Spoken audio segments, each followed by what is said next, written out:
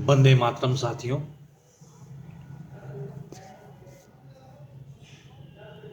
दिल के बात इस कार्यक्रम में मैं आपका हार्दिक स्वागत और अभिनंदन करता हूं।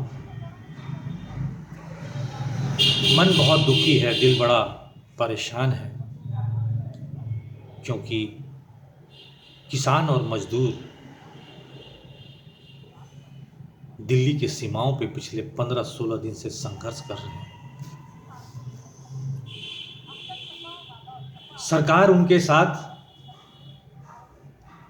ऐसे पेश आ रही है जैसे मानो वो कोई आतंकवादी हो। अन्नदाता कहे जाने वाले किसान और हाथों से बड़ी बड़ी इमारत बनाने वाले कामगार, ये दोनों ही अपने हिस्से की लड़ाई, अपने हक की लड़ाई, अपने रोजी रोटी की लड़ाई, अपने रोजगार की लड़ाई के लिए दिल्ली पहुंचना चाहते हैं। ड्रोन के जरिए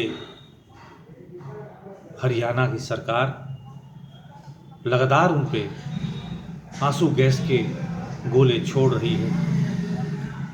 कुछ जगहों पे गोलियां भी चली, उस गोली से कई किसानों की मौत भी हो गई, जिसमें हमारा एक नौजवान किसान, उसकी भी मौत हो गई। क्या आप सोच सकते हैं कि इस देश का मजदूर, किसान, नौजवान, बेरोजगार, माताएं बहनें अगर अपनी बातें सरकार तक पहुंचाना चाहती हैं, अपनी बातें सरकार को बताना चाहती हैं, तो उन्हें आतंकवादी, नक्सलवादी, अफगानी और पता नहीं कौन कौन से नामों से मीडिया और नेताओं द्वारा पुकारा जाता है। हमारे और आपके दाल भात चोखा, चटनी अचार, चावल दाल पैदा करने वाला किसान, आपके रहने के लिए घर मकान, स्कूल अस्पताल बनाने वाला कामगार, जब अपने हक की बात करता है, अपने रोजी रोजगार की बात करता है, अपने रोजी रोटी की बात करता है, तो देश में बैठे हुए मोदी, योगी, अमित शाह जैसे लोगों की सरकार उन्हें देशद्रोही कहती हैं, उन्हें मारने का प्रयास होता है, उनके ऊपर गोलियां चलाई जाती हैं, लाठी डंडे बरसाए जाते हैं, गोले फेंके जाते हैं, मानो वो भारत के नहीं किसी और मुल्क के हों। क्या हमारे देश के अमर वीर शहीदों ने इसलिए अपनी शहादत दी थी?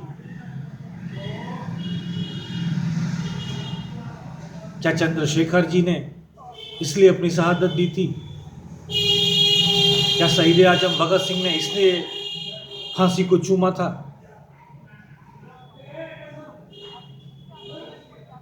क्या हमारे वीर सेनानियों ने इसी भारत के लिए अपने प्राण न्यौछावर किए थे?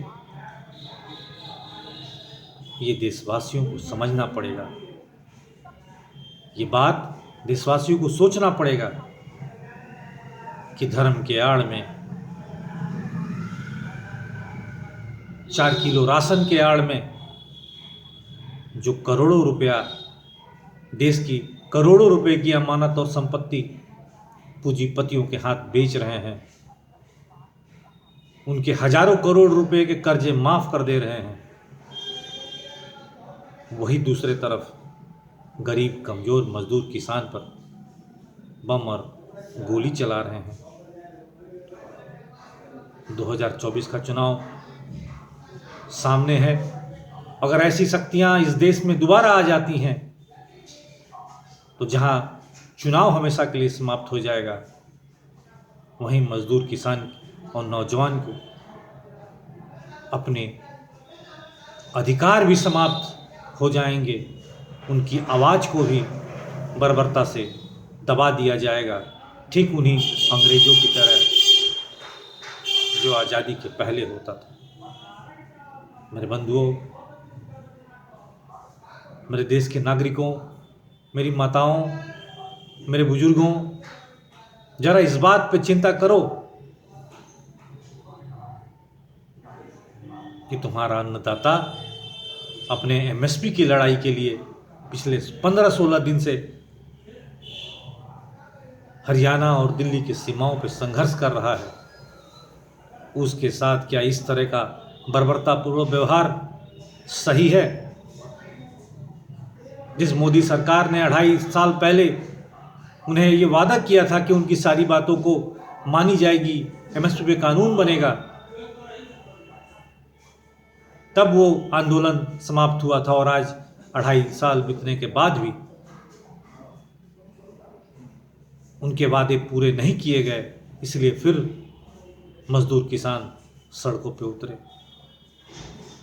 ये धोखाधड़ी बीजेपी और मोदी सरकार की चरित्र का एक उदाहरण है कि जो अपने अन्नदाता का नहीं हो सकता, जो अपने कामगारों का नहीं हो सकता, वो इस देश का नहीं हो सकता।